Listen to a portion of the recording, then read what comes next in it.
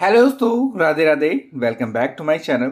तो दोस्तों, आज की वीडियो में हम लोग देखेंगे पेपर सेकंड का सेकंड वीडियो रहेगा। इसमें हम लोग कुछ इंपॉर्टेंट थ्योरी को देखेंगे और प्लस 15 एमसीक्यूज क्वेश्चंस को सॉल्व करेंगे। ठीक है, तो देखिए, बहुत ही अच्छे क्वेश्चंस रहेंगे और आपको थ्योरी से ही क्वेश्चंस आपको मिल जाएंगे। ठीक है, एमसीक्यू तो अच्छे हैं ही, थ्योरी से ही क्वेश्चन आपको कुछ कुछ मिल जाएंगे। ठीक है, तो चलिए स्टार्ट करते हैं। और जो भी नए हो तो प्लीज सब्सक्राइब कर ले चैनल को, क्योंकि ऐसी ही वीडियो अभी आपको लगातार मिलती रहेगी। पहले हम लोग ये वाली सीरीज को खत्म करेंगे, गोल्ड सीरीज, फिर इसके बाद हम लोग इजी नोट की भी सीरीज को स्टार्ट करेंगे। ठीक है, और पवन सीरीज को हम लोग खत्म कर चुके हैं, वो भी आप लोग देख सकते हैं। चलिए स्टार्ट करते हैं। तो इस पे दिया गया है भारत में उच्च शिक्षा का स्वरूप। भारत में उच्च शिक्षा का स्वरूप कैसा था ये बताना। और दो हम लोग पढ़ चुके थे, माध्यमिक शिक्षा का स्वरूप पढ़ चुके थे और आधुनिक भारत में प्राथमिक शिक्षा के उद्देश्य पढ़ चुके थे। भारत में माध्यमिक शिक्षा का स्वरूप कैसा है वो पढ़ लिया था। ये हमारा पहले पार्ट में कंप्लीट हो गया था। ठीक है, अब चलिए स्टार्ट करते हैं। तो देखिए, उच्च शब्द का जो शाब्दिक अर्थ है वो है ऊंची और श्रेष्ठ।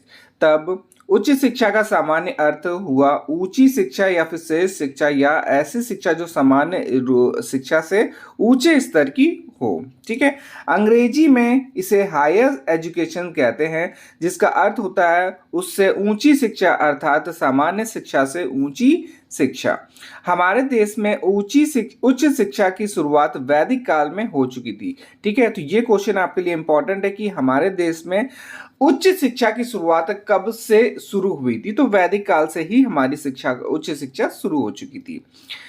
तब उच्च शिक्षा से तात्पर्य प्राथमिक शिक्षा के बाद की गुरुकुलीय शिक्षा से था। इसकी अवधि सामान्यतः 12 वर्ष की थी। बौद्ध काल में उच्च शिक्षा से तात्पर्य प्राथमिक शिक्षा के बाद की शिक्षा से था और इसकी अवधि सामान्यतः 12 वर्ष की ही थी। ठीक है, दोनों में 12 वर्ष की थी, परंतु इसका पाठ्यक्रम वैदिक कालीन उच्च शिक्षा के पाठ्यक्रम की अपेक्षा अधिक विस्तृत था। मुस्लिम काल में मुस्लिम शिक्षा प्रणाली का विकास हुआ, जिसमें भी प्राथमिक शिक्षा के बाद की शिक्षा उच्च शिक्षा कहा जाता था, परंतु इसकी अवधि कितनी थी? 8 वर्ष की ही थी और इसका पाठ्यक्रम भी भिन्न था। ठीक है, ये कुछ इंपॉर्टेंट है। अब आगे और देख लेते हैं। इसमें दिया गया है भारत में आधुनिक शिक्षा का श्री गणेश यूरोपीय ईसाई मिशनरियों द्वारा हुआ। इस देश में सर्वप्रथम 1510 पुर्तगाली ईसाई मिशनरियों का प्रवेश हुआ।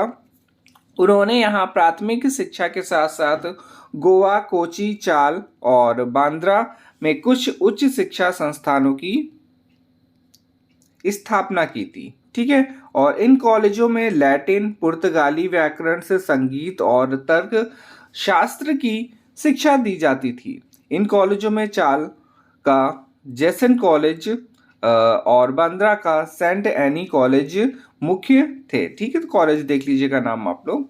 परंतु इनका स्वरूप आधुनिक उच्च शिक्षा से काफी भिन्न था।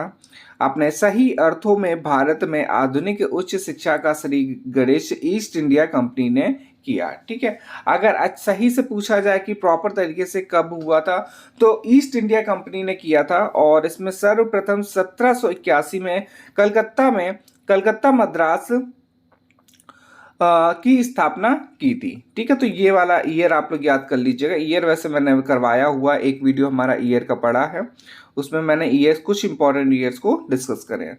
फिर इसके बाद देखिए, कलकत्ता मदरसा की स्थापना हो गई। फिर इसके बाद इस मदरसे में मुस्लिम उच्च शिक्षा और इंग्लैंड की उच्च शिक्षा के पाठ्यक्रम एक साथ चलाए गए।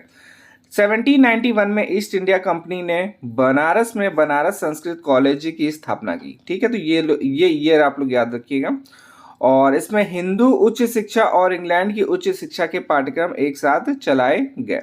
इसके बाद 1800 में इन्होंने कलकत्ता में केवल से इंग्लैंड की उच्च शिक्षा प्रणाली पर आधारित फोर्ट विलियम कॉलेज की स्थापना की। ठीक है, कहाँ करी थी? कलकत्ता में करी। कब करी? 1800 में करी। ठीक है, यहाँ पे क्या था, खाली इंग्लैंड की जो उच्च शिक्षा थी उसकी यहाँ पे पढ़ाई होती थी। फिर है, इस कॉलेज में अंग्रेजी भाषा एवं साहित्य और यूरोपीय ज्ञान विज्ञान के साथ साथ भारतीय भाषाओं, भारतीय इतिहास और हिंदू मुस्लिम कानून की शिक्षा भी दी जाती थी।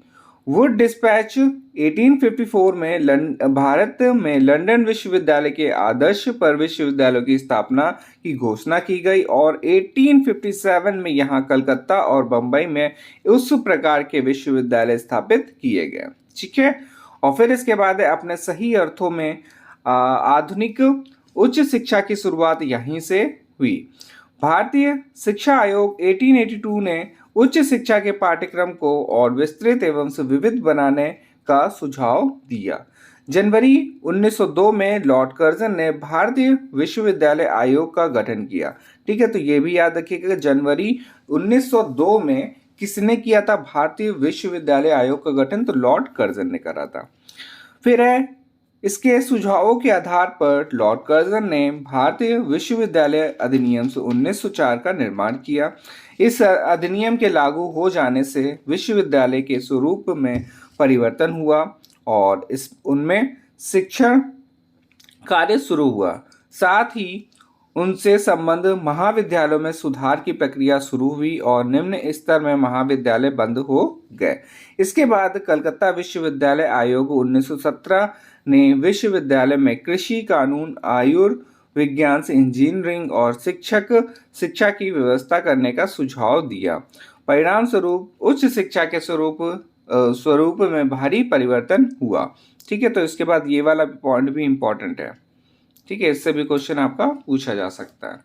फिर इसके बाद दिया गया है 1948 में भारत सरकार ने राधा कृष्णन आयोग का गठन किया। ठीक है, तो ये आप लोग को याद होने चाहिए।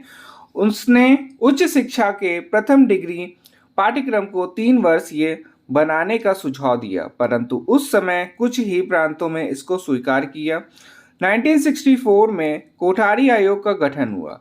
इस आयोग ने देश भर के 10+2+3 शिक्षा संरचना प्रस्तावित की।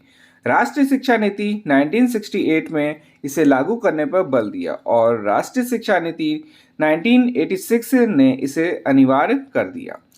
वर्तमान में +2 के बाद उच्च स्नातक शिक्षा शुरू होती है, जो अनेक वर्गों में कला में, वाणिज्य में, विज्ञान, विधि, कृषि, आयुर्विज्ञान और इंजीनियरिंग और प्रबंधन आदि में विभाजित है। इन सभी में परा स्नातक शिक्षा और शोध कार्य की भी व्यवस्था है। आज हमारे देश में उच्च शिक्षा का स्वरूप, उद्देश्य एवं पाठ्यक्रम अंतर्राष्ट्रीय स्तर के हैं। ठीक है, ये हमारा हो गया उच्च शिक्षा। अब देखिए क्या दिया गया इस पे, भारत में उच्च शिक्षा के उद्देश्य, क्या क्या उद्देश्य थे वो देख लेते हैं। भारत में विभिन्न स्तरों की शिक्षा के उद्देश्य निश्चित करने का कार्य सर्वप्रथम वुड के घोषणा पत्र 1854 में किया गया था। ठीक है, फिर इसके बाद भारत में जो भी शिक्षा आयोग गठित हुए सभी ने भिन्न स्तरों की शिक्षा के उद्देश्य स्पष्ट करने का कार्य जारी रखा। 1948 में भारत सरकार ने राधा कृष्णन आयोग का गठन किया। इसने उच्च शिक्षा के जो उद्देश्य निश्चित किए उन्हें निम्नलिखित रूप में क्रमबद्ध किया जा सकता है।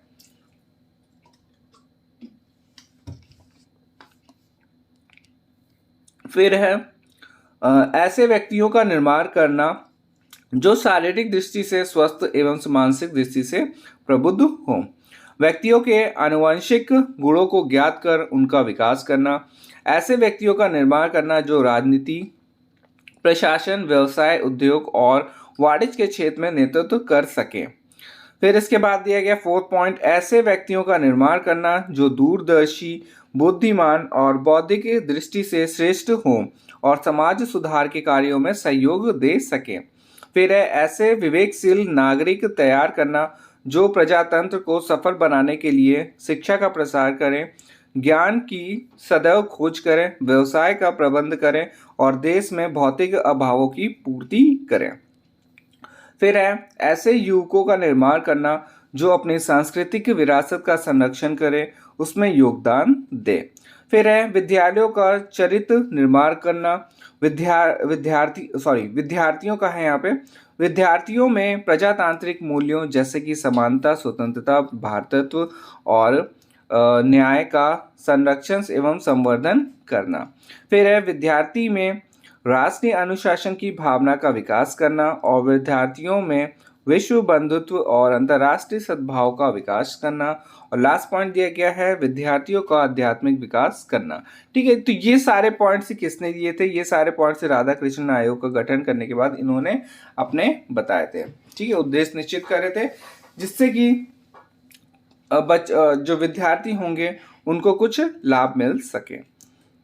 तो ये हमारा थ्योरी पोर्शन कंप्लीट होता है। अब हम लोग कुछ एमसीक्यूज को देख लेते हैं, क्योंकि पहले पार्ट में हमारे काफ़ी सारे एमसीक्यूज हैं। ठीक है, बहुत सारे आपको अच्छे अच्छे क्वेश्चंस भी मिलेंगे इसमें। चलिए स्टार्ट करते हैं। इस पे देखिए पहला क्वेश्चन दिया गया, कौन सा कथन सत्य नहीं है?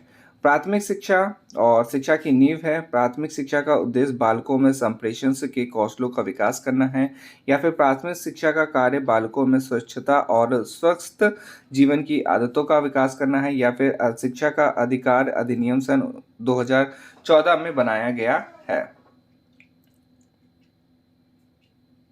तो इसका आंसर हो जाएगा डी ऑप्शन। ठीक है, ये वाला गलत है। फिर अब बुनियादी शिक्षा प्रणाली का राष्ट्रीय योजना प्रस्तुत की थी, किसने करी थी? लॉर्ड कर्जन ने, गोपाल कृष्ण गोखले ने, महात्मा गांधी ने, या मौलाना आजाद ने?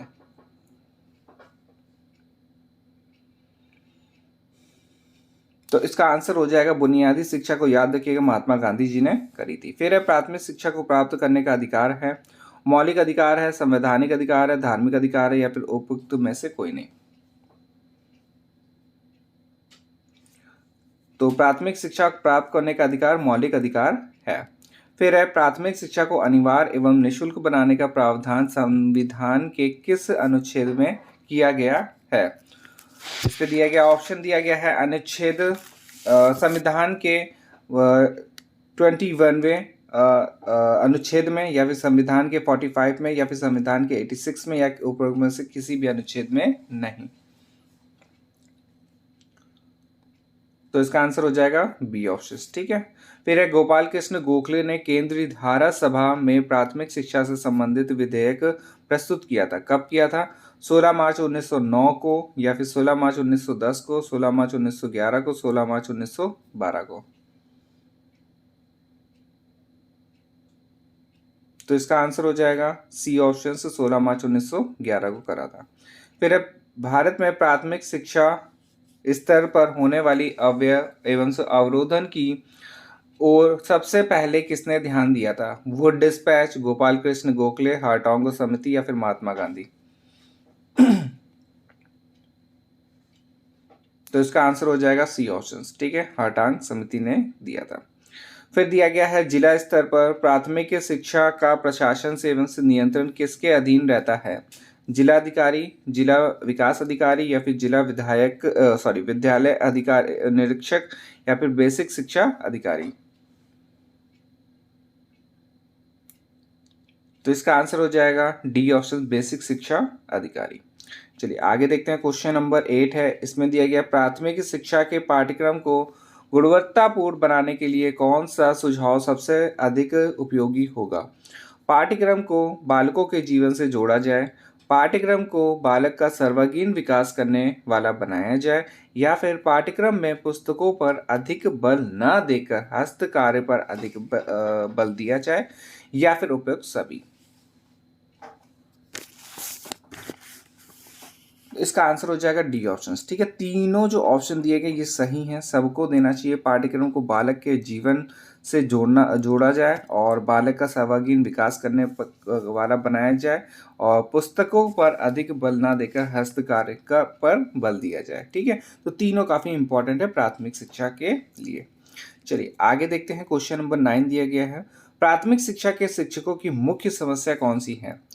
शिक्षण के अतिरिक्त अन्य अशैक्षणिक कार्यों को करना, या फिर विद्यालय में आवश्यकता अनुसार शिक्षकों का न होना, या फिर शिक्षकों को आर्थिक, सामाजिक और व्यवसायिक सुविधाओं और सम्मान का न मिलना, या फिर उपयुक्त सभी? तो इसका आंसर भी हो जाएगा डी ऑप्शन। ठीक है, तीनों ऑप्शन इसके सही हैं। चलिए आगे देखते हैं। क्वेश्चन नंबर 10, और प्राथमिक शिक्षा के स्तर में गिरावट का मुख्य कारण कौन सा है? विद्यालय की भौतिक संरचना का अच्छा न होना, विद्यालय में शैक्षिक संसाधनों का अभाव, या फिर संकीर्ण अरुचिकर और पुस्तकीय पाठ्यक्रम का होना, या फिर उपयुक्त सभी? तो इसका भी आंसर हो जाएगा डी ऑप्शन। ठीक है, तीनों ऑप्शन इसके सही है। फिर दिया गया है 5+ यहाँ पे प्लस कर दीजिएगा, 5+3+4 की शिक्षा संरचना का सुझाव किसने दिया है? तो मुदालियर आयोग या फिर राधाकृष्णन आयोग या फिर राष्ट्रीय शिक्षा नीति 1986 या फिर राष्ट्रीय शिक्षा नीति 2020। तो ये तो सबको पता है, NEP 2020 हो जाएगा। फिर है 12, माध्यमिक शिक्षा आयोग 1952 से 53 को और किस नाम से पुकारा जाता है? कोठारी आयोग या फिर मुदालियर आयोग या फिर राधाकृष्णन आयोग या फिर हंटर आयोग। तो इसका आंसर हो जाएगा बी ऑप्शन, मुदालियर आयोग के नाम से जाना जाता है। चलिए, और इसको मैंने याद भी करवाया था, माँ से याद रखिएगा, माध्यमिक शिक्षा और मुदालियर आयोग। ठीक है, क्योंकि प्राथमिक और उच्च अलग हो गया, माध्यमिक से आपको क्या याद आएगा, माँ से याद रखिएगा मुदालियर आयोग। ठीक है, चलिए आगे देखते हैं। क्वेश्चन नंबर 13 दिया गया है, ताराचंद समिति की नियुक्ति कब हुई थी? सन 1948 में, सन 1952 में, सन 1964 में, सन 1985 में। तो इसका आंसर हो जाएगा ए ऑप्शन, 1948 में हुई थी। फिर है, माध्यमिक स्तर पर बहुउद्देशीय विद्यालयों की स्थापना का सुझाव किसने दिया था? कोठारी आयोग ने, मुदालियर आयोग ने, राधाकृष्णन आयोग ने, नरेंद्र देव समिति ने। तो इसका आंसर हो जाएगा बी ऑप्शन, मुदालियर आयोग ने। ठीक है, अब ये लास्ट क्वेश्चन है इस वीडियो का। अखिल भारतीय माध्यमिक शिक्षा परिषद की स्थापना किस पंचवर्षीय योजना काल में हुई थी? प्रथम पंचवर्षीय योजना, तृतीय पंचवर्षीय योजना या फिर चतुर्थ में या फिर द्वितीय में?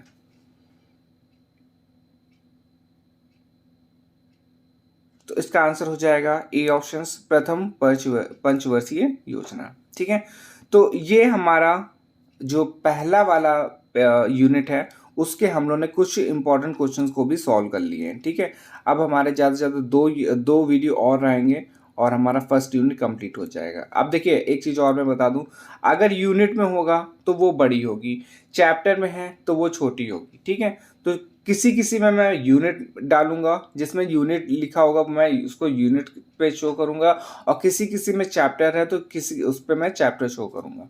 ठीक है, तो उस पर कंफ्यूज मत होइएगा कि यूनिट ज़्यादा नहीं है, चैप्टर ज़्यादा नहीं है, तो वो सब एडजस्ट हो जाएगा।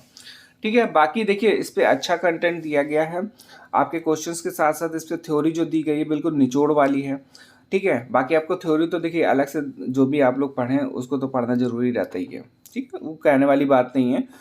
बुक के साथ साथ जितनी ज़्यादा आप लोग बुक पढ़ लेंगे, इजी नोट अच्छी है, इजी नोट भी आप लोग कंप्लीट कर लीजिए। और ये समझ लिए कि इजी नोट का भी निचोड़ है हमारे पास, ये वाली बुक जो ये गोल्ड सीरीज है, इजी नोट का भी निचोड़ है। इसमें बिल्कुल मतलब कि जो जो एग्जाम में क्वेश्चन पूछे जाएंगे बस वही वही दिया गया है।